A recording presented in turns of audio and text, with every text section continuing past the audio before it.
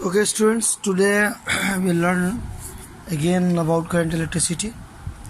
Actually, last day class we got the idea, the relationship between IE, current, and drift velocity. And today also we will prove some relation like Ohm's law and what is microscopic form of Ohm's law. Ohm's law is very important topic for class 10. Actually, when we talk about Ohm's law, and Ohm's law is quite a simple law and one of the basic experimental law. But what is the meaning macroscopic form of Ohm's law and how it comes? That will be important discussion here.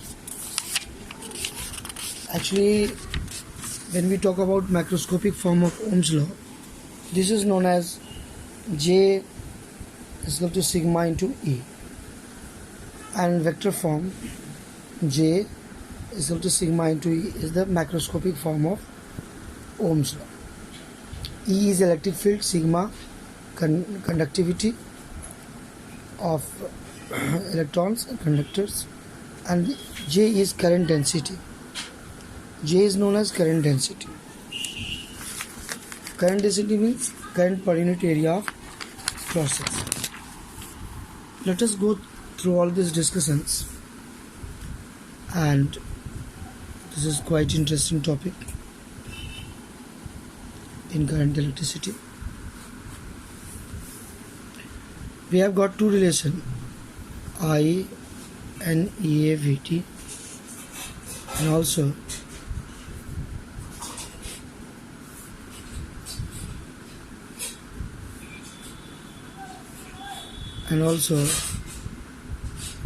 drift speed Vd is given small e capital E by m into tau, where tau is what? Tau is relaxation time, E is electric field, m is mass of electron, and small e is charge on electron. So we will put this 2 in 1.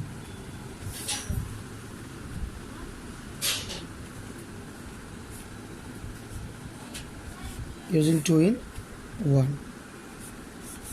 What will happen? Let's see.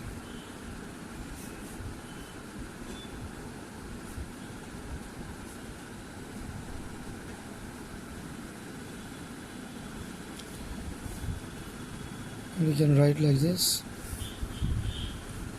E into E square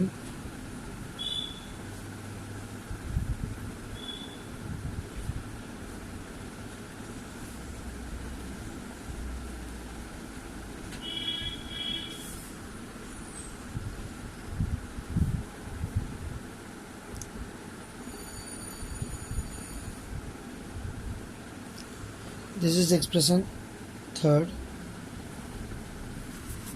So what we see here, in the place of electric field, because in a conductor when we apply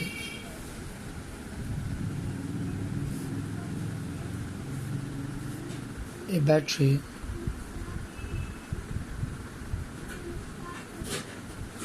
what happens? Under the action of battery, that is potential difference, current flows. Why current flows? Because this electric field, or we can say positive and negative terminal, between potential difference between positive and negative terminal, electron flows against the electric field direction. Electric field is directed from positive to negative. This electron flows, electron drifts through length L. If Vd is drift speed and area of cross section is A, then what will be the time taken by the electrons to cross this? It will be L by Vt. But when we talk about relationship between potential difference and electric field, then we can get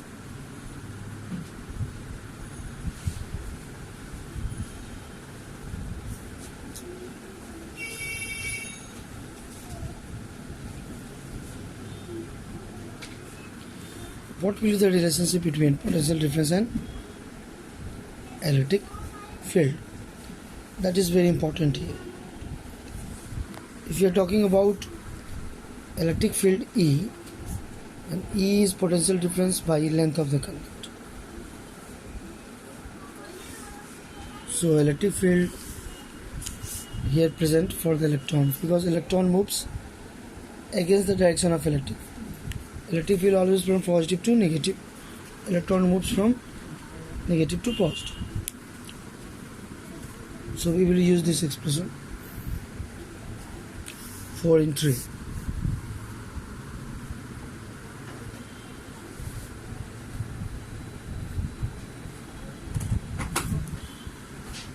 Using 4 in 3. So Ne square A in the place E Vy L. So we can bring I this side. It will become V by I. It will become V by I. And then rest of the quantities like ml by Ne square A tau.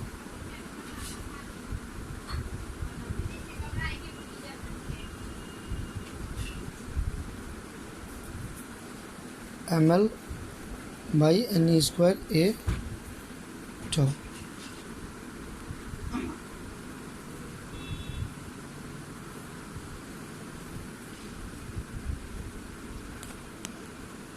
So here we see that V by I, from Ohm's law what we can write, and here this side ml by Ne square A tau. So now let us use Ohm's law, so that in the place V by I we can write R. Let us put this equation 5.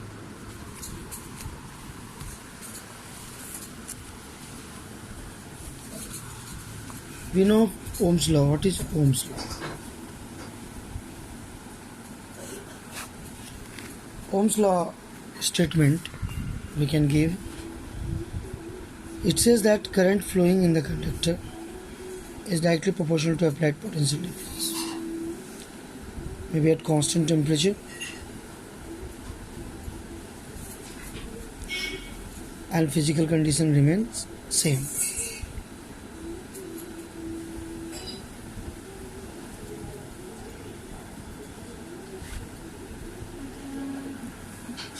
So here from this condition we can write V proportional I also. Potential difference proportional. Potential difference is directly proportional to current. So a constant R we are using. This proportionality constant R is resistance of the conductor.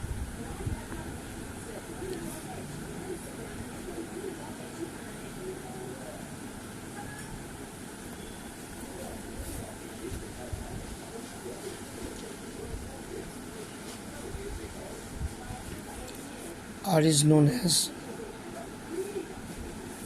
resistance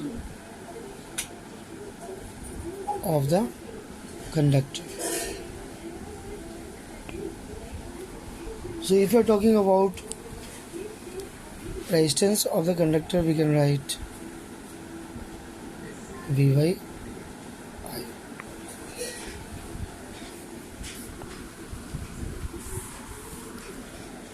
So if you are drawing graph, then we know that V and I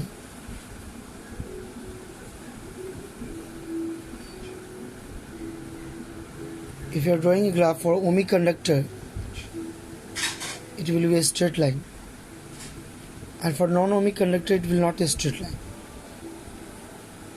It could be any type of graph. The graph of different types of semiconductors, and maybe sometimes conductors also, if temperature is not constant. This Ohm's law graph, straight line graph, is not maintained. But in ideal condition, generally conductors follow this straight line graph. If graph is between V and I, potential difference and I. Here actually what happens, the slope of the graph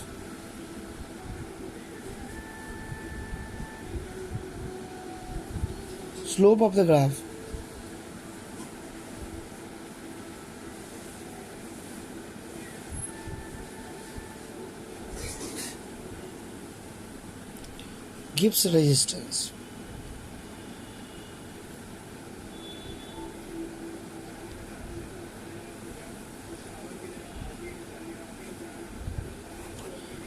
So we are using this R is equal to V by I in equation 5.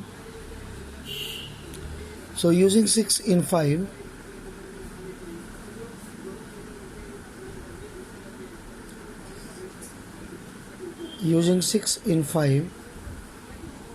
what we see,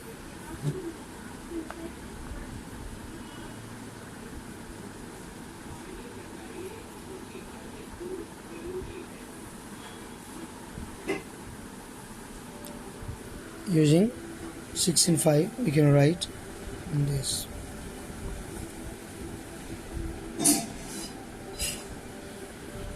And here one thing is very clear, resistance of any conductor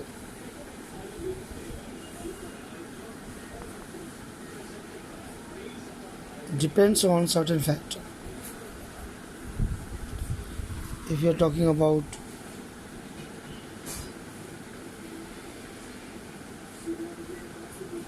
length L, area of cross section A, then resistance directly proportional to length, inversely proportional to area of cross section. If you will combine these two, then here a constant we use, that proportionality constant rho.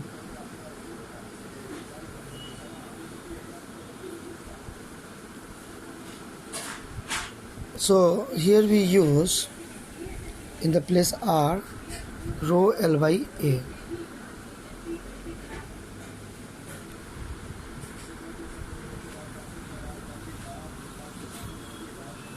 So using 8 in 7.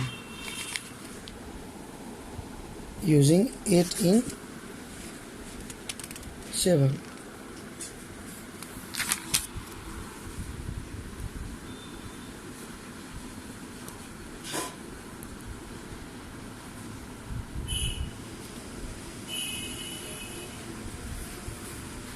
Using 18 7 we can write ml by ne square a tau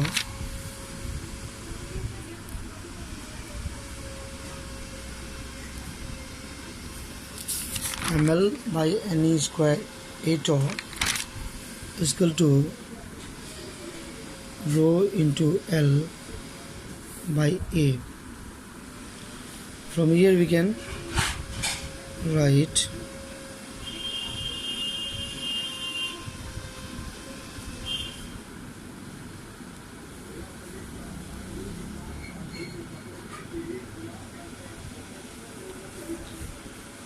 so that means rho is equal to m ne square tau.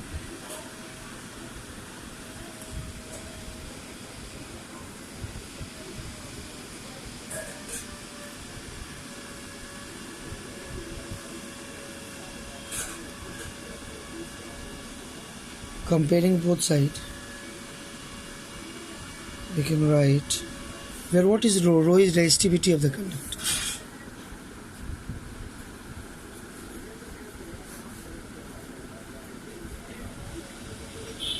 Resistivity of the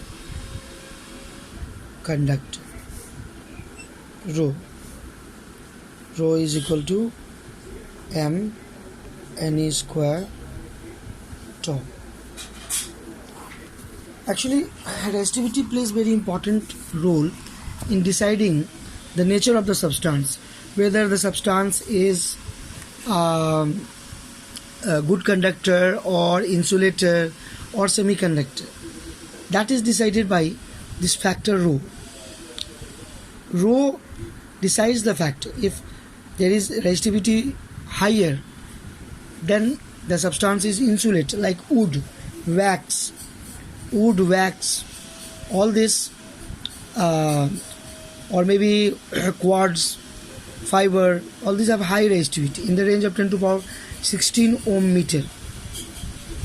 High resistivity.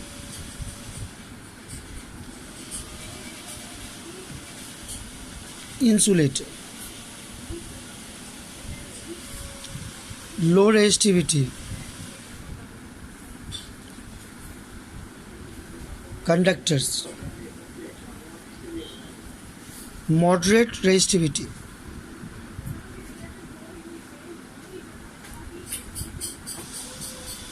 Semiconductors.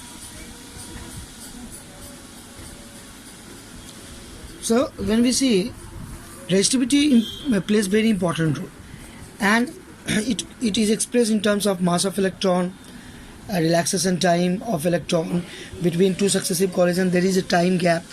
That time gap is called tau, relaxation time.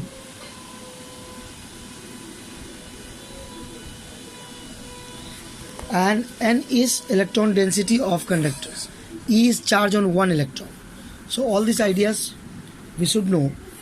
These are very important. How we can use this rho in the place here. So see, if you are talking about resistivity, then opposite of resistivity there is conductivity. Conductivity denoted by sigma. Sigma is reciprocal of resistivity.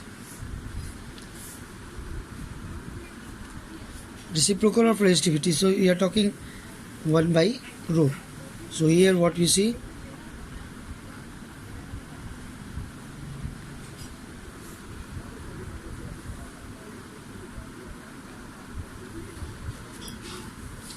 so Ne square tau by m.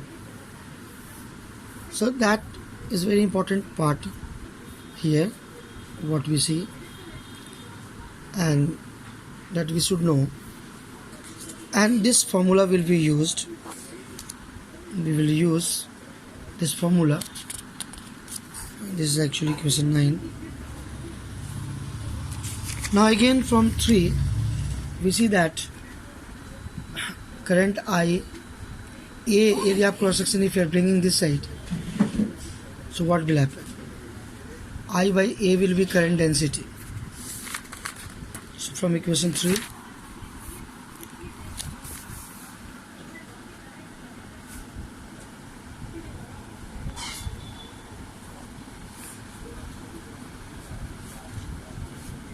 Ne square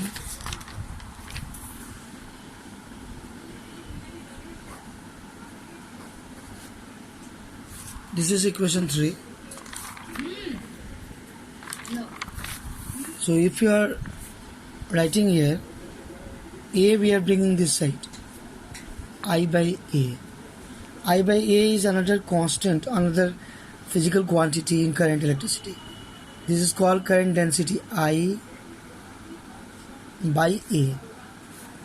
That is J, current density.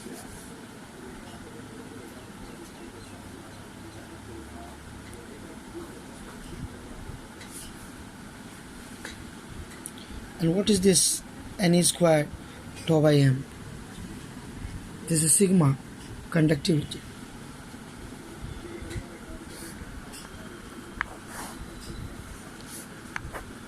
J is current density.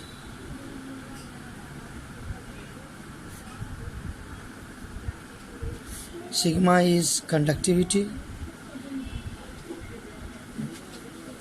E is electric field. So this is a relation, this is known as macroscopic form of Ohm's law.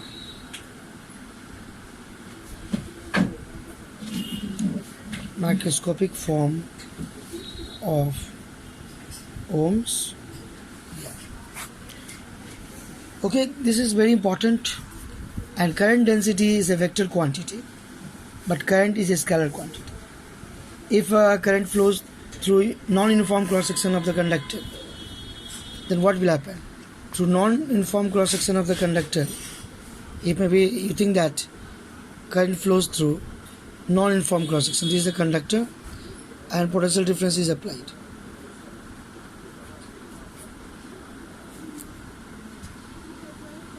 So what will happen? Current will remain same. A potential difference is applied, current is produced, current is flowing. Current through all the cross section will remain same. Through different cross section, current will be same. But because cross section area is different, so at different points, a different cross section, current density will be different. So here, non-uniform area of cross section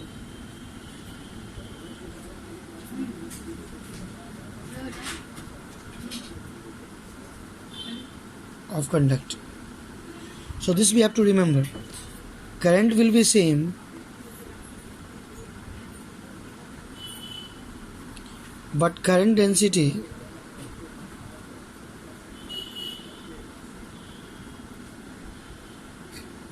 will be different.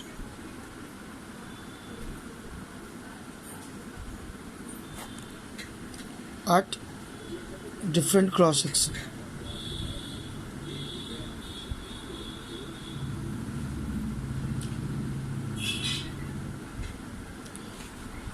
So this is very important relation. Again, we will discuss all these things if there is a confusion. For today, let us stop our discussion. Okay, students, thank you.